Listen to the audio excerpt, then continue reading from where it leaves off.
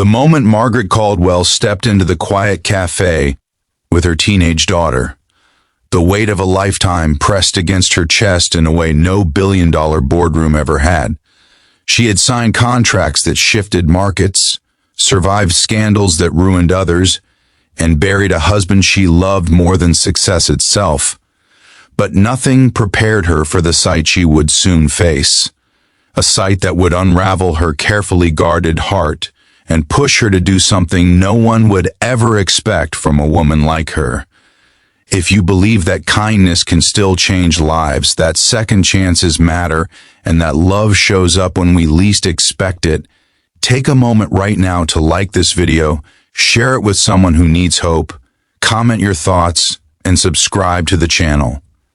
Stories like this remind us why humanity still matters. Margaret was known across New York as a ruthless visionary, the founder of a global logistics empire built from nothing after her husband's sudden death 15 years earlier. She had raised her daughter, Hannah, alone while conquering industries dominated by men who underestimated her. Money had become armor and power a shield against grief. Now at 52, she felt something new creeping into her life, loneliness she could no longer silence. That was why she agreed, reluctantly, to let Hannah arrange a blind date for her, insisting it be casual, public, and brief. Margaret told herself it was just to humor her daughter, nothing more. The cafe sat near a small park in Brooklyn, sunlight filtering through tall windows, children laughing outside, and the smell of coffee softening the edge of Margaret's nerves. She noticed Hannah watching her closely, hopeful but nervous, as if afraid her mother might turn back at any second. Margaret straightened her coat, her designer heels clicking against the floor, reminding herself she was still in control, or at least she thought she was. Then she saw him. At a corner table sat a man about her age, his posture slightly tense, wearing a worn jacket that had seen better years. Across from him sat a young girl, no older than 9, her hands wrapped around a cup of hot chocolate, her feet swinging anxiously beneath the chair. The man leaned forward protectively, his eyes soft with concern, clearly a single father trying his best to hold his small world together. There was something painfully familiar in his exhaustion, in the way responsibility had etched quiet lines across his face. Margaret felt her breath catch. This was not what she expected. This was not the polished executive or charming widower her social circle would have chosen. This was real life, raw and unfiltered, and it stirred memories she had buried deep. She remembered sitting in similar cafes years ago, clutching Hannah's hand, counting pennies, wondering how she would survive without her husband, Andrew. Back then, she had been no one. Just another struggling mother hoping tomorrow would hurt less. Hannah noticed the shift in her mother's expression. The confident billionaire looked suddenly vulnerable, almost shaken. Margaret tried to mask it, but something inside her had already begun to crack. As they approached the table, Margaret learned that the man's name was Thomas Reed, a construction supervisor whose wife had died 3 years earlier from cancer. His daughter, Sophie, was his entire universe. The blind date had been arranged through a church community group Hannah volunteered with without revealing backgrounds or financial status. Margaret had agreed on the condition of honesty and humility, qualities she claimed to value more than wealth. Now she was being tested. The early moments felt awkward, heavy with unspoken truths. Margaret struggled to reconcile her world of private jets and charity galas with Thomas's world of school lunches and second jobs. She noticed the slight embarrassment in his eyes when he apologized for Sophie's shyness, the way he seemed ready to leave at the first sign of rejection. Margaret recognized that look. It was the look of someone who had been dismissed too many times. As the afternoon unfolded, Margaret listened more than she spoke.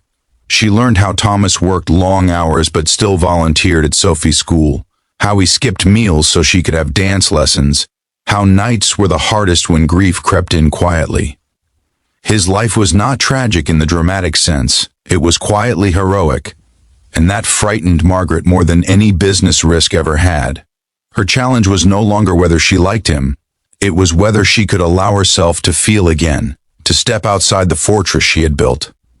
Wealth had insulated her from vulnerability, but it had also isolated her.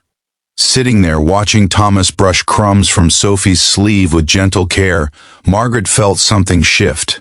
She saw not weakness, but strength forged by love and loss. The same strength that once lived in her before ambition consumed her grief. As the date neared its end, Margaret realized this was not about romance alone. It was about confronting who she had become.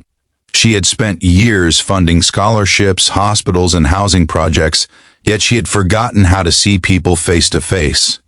Thomas was not a project. He was a person, and somehow, without meaning to, he had reminded her of herself.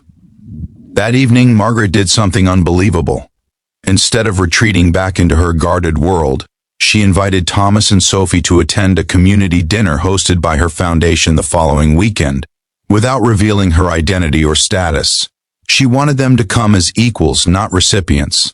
And when they did, she watched quietly as Thomas helped clean tables and Sophie laughed freely with other children, unaware that the woman beside them was one of the wealthiest figures in the state. Over the weeks that followed, Margaret began making choices that stunned those around her. She scaled back her work hours, personally mentoring single parents through a new initiative she funded not with press releases but with presence. She helped Thomas secure stable housing closer to Sophie's school, not as charity, but as opportunity, connecting him to programs she once only approved from behind a desk. She even began attending church again, something she had abandoned after Andrew's death, seeking not forgiveness, but peace. The greatest struggle came when Margaret finally revealed who she was. Fear gripped her as she watched realization dawn on Thomas's face. She worried he would feel deceived, diminished, or obligated. Instead, what she saw was honesty. He did not ask for anything. He did not treat her differently. He simply thanked her for seeing him when the world had not. That was the moment Margaret truly understood the unbelievable things she had done. She had allowed herself to be human again. Hannah noticed the change first. Her mother laughed more easily, listened more deeply, and spoke less about profits and more about people. Margaret no longer measured success solely in numbers, but in moments. Sunday walks, shared meals, quiet understanding. Love had returned not as fireworks, but as warmth. As the story neared its end, the blind date that began as an obligation transformed into a journey of redemption. Margaret did not rescue Thomas. She walked beside him, and in doing so, she rescued herself from a life half-lived behind walls of wealth.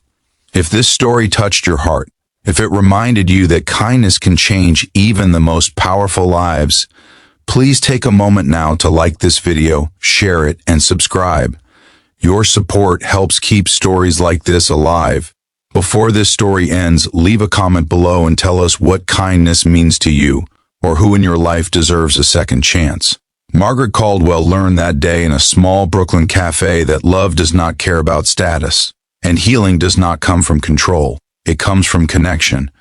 And sometimes, the most unbelievable thing a billionaire can do is simply open her heart and sit down with someone who reminds her what it means to be human.